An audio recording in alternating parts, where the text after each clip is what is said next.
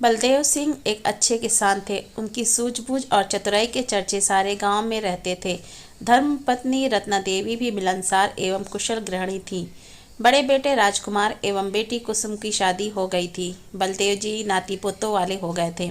छोटे बेटे अजब सिंह की शादी होनी थी। पढ़ा लिखा था, नौकरी के लिए प्रयासरत था, लेकिन कहीं नौकरी नहीं मिल रही थी।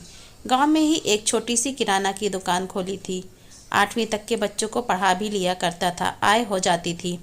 बड़े भैया खेती करते थे, पिता बुजुर्ग हो चले थे, सो काम में कम ही हाथ बटा पाते थे। सब कुछ अच्छा चल रहा था। अजब पढ़ा लिखा था, पढ़ी लिखी बहू की तलाश हो रही थी। आखिर पास ही के गांव में रजनी नाम की युवती से अजब की शादी हो गई। घर में खुशियों का माहौल था। बच्चों को चाची मिल गई। देवरानी जेठानी घर का काम कर लेती, सो रत्ना को भी राहत मिल गई थी। सब खुशी खुशी रह रहे थे। बैसाख का महीना था। फसल अच्छी हुई थी। राजकुमार फसल बेचने शहर जा रहे थे। रत्ना ने कहा, बेटा बच्चों को कुछ कपड़े लेते आना, और बड़ी बहू का मंगलसूत्र भी टूट रहा है, कुछ पैसे मिलाकर नया लेते आना। राजकुमार ने हामी भर शहर चले गए। दिन भर सारे काम निपटा कर घर आए। बच्चों के लिए कपड़े मिठाई दी। बच्चे बहुत खुश हो गए। सीधे चाची को दिखाने पहुंच गए। चाची ने कहा, बहुत सुंदर। हाँ चाची, माँ के लिए पापा मंगलसूत्र भी लाए हैं। तब तक मीना भी पहुंच गई। माँ माँ, हमने तो पहले ही चाची को बता दिया था। मंगलसूत्र देख रजनी ने खुश होने का अभिनय तो किया, लेकिन मन ही मन कुढ़ गई। बहुत अच्छा दीदी। रात को अजब दुकान बंद कर घर लौटा था। रजनी का उतरा हुआ चेहरा देख पूछ बैठा, आज कुछ नाराज सी लग रही हो, क्या बात है? रजनी, कुछ नहीं, तुम्हें तो दीन दुनिया की कोई खबर ही नहीं। अजब, क्या बात है? अरे जेठ जी और दीदी मिलकर खेती की पैदावार से हाथ बना रहे हैं।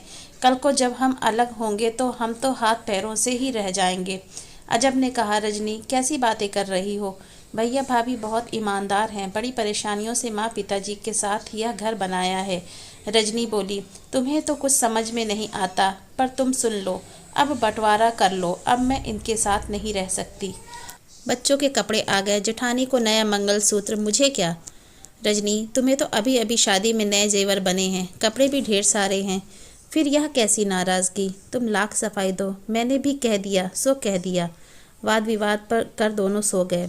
अजब उठकर दुकान पर चला गया। रजनी सोती रही। रजनी को न देख बड़ी बहू रजनी को चाय लेकर आ गई। रजनी ने कहा, मुझे नहीं पीनी चाय वाय।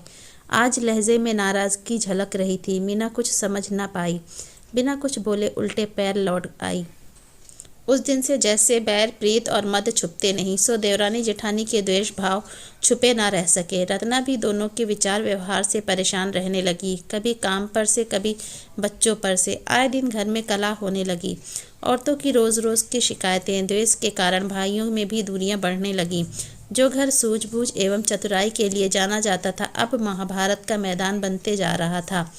बलदेव सिंह रत्ना बहुत परेशान हो गए थे। रोज़ रोज़ की लड़ाई, घर की बदनामी से दोनों ने एक दिन तय कर लिया, बंटवारा कर दिया जाए। दूसरे दिन बलदेव सिंह रत्ना ने दोनों बहू बेटों को बुलाया। किस्मत से बेटी कुसुम भी आई हुई थी। सब बैठे थे। बलदेव सिंह बोले, ठीक है बेटा, अब तक अच्छी चली, आगे भी परिवार में सब अच्छा चले, सो बंटवारा कर लो। मेरे पास जो ज़मीन है, घर है, सो आधा आधा बांट लो। जमा पूंजी कुछ है नहीं, अपना अपना कमाओ और खाओ। दोनों ने सहमति दी। रजनी बोली, बंटवारा अभी पूरा नहीं हुआ है। कुसुम बोली, भाभी अब क्या बचा है? माँ बाबूजी को कौन रखेगा? यह भी निश्चित हो जाना चाहिए। दोनों भाई एक साथ बोल पड़े, माँ बाबूजी की कोई बात नहीं, किसी के साथ भी रह लेंगे। रजनी बोली, नहीं, आसान नहीं है। बुजुर्गों का दवा दारू का खर्चा, न रहने पर क्रियाक्रम का खर्चा, आसान बात नहीं। इसलिए एक भाई माँ को रखे, एक पिताजी को। कुसुम बोल पड़ी, भाभी माँ बाबूजी जिंदगी भर एक साथ रहे, क्यों बुढ़ापे में अलग अलग कर रही हो? कुसुम ने कहा, माँ बाप आपको भारी पड़ रहे हैं तो मैं अपने साथ ले जाती हूँ। रजनी बोली, तुम रहने दो ननंद रानी, तुम अपना घर संभालो, हमने वहाँ की भी सब सुन रखी है। कुसुम चुप हो गई। माँ बाप की आंखें नम हो गईं। घर में बीच से दीवार खड़ी हो गई।